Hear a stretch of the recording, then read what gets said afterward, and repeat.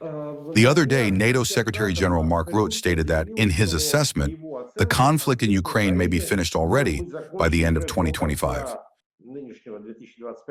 But at the same time, Rutte added that, I quote, "The peace plan does not change the assessment of Russia as a long-term threat to Europe." How could you comment on this statement? One wants to ask a clarifying question. So, are they for peace or for war? The leadership of the alliance has repeatedly stated that Russia will remain a threat to NATO even after the end of the Ukrainian conflict. We will again include links to the relevant quotes in today's briefing. This is also enshrined in the doctrinal documents of the bloc, which have not gone anywhere. They specify that Russia will remain a long-term security threat in all operational environments. It sounds comical, of course, but one way or another, they have proclaimed this as their goal. It is clear why this is being done. Otherwise, the NATO members cannot justify the large-scale militarization and the multiple increase in military spending. The myth of the so-called Russian threat will be spun further and further. Europeans are already literally being reminded every day about some kind of inevitability of a Russian attack. Not just aggression, now we are allegedly going to attack. Namely that Russia will not stop in Ukraine and will attack the member states of the North Atlantic Alliance. I just want to remind how everything developed. For 7 years, Russia called to implement the Minsk agreements. And after, instead of implementing the Minsk agreements, the strikes on the peaceful civilians of Donbass were increased many times over. It took measures, having beforehand offered the NATO community,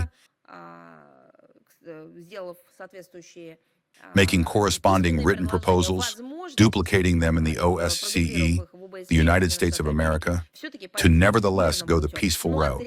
But it reacted after it did not receive any reaction at all, as it had to react, while at the same time immediately receiving the accusation that it had supposedly attacked. These are 7 years of waiting for the implementation of the Minsk agreements from those who, as turned out from their own direct quotes, never intended to do so.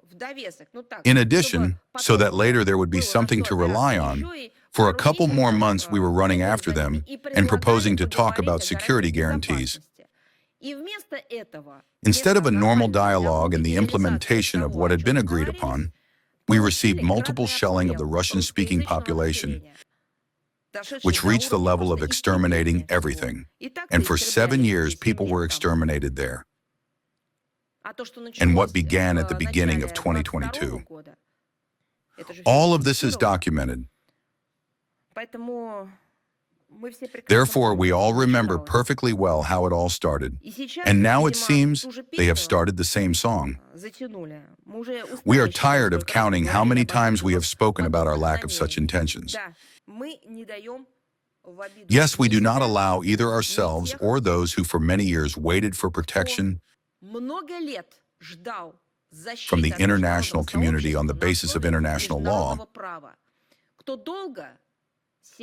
who for a long time, 7 years is a significant period, tried at least online via the internet to reach the central discussion platforms or the central United Nations platforms, and were refused even in that.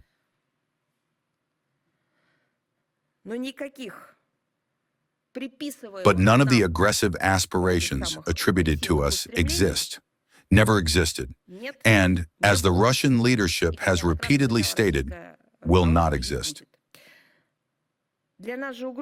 For us, the threat still remains NATO's expansion. For some reason, they do not seek to bring this topic into the public space.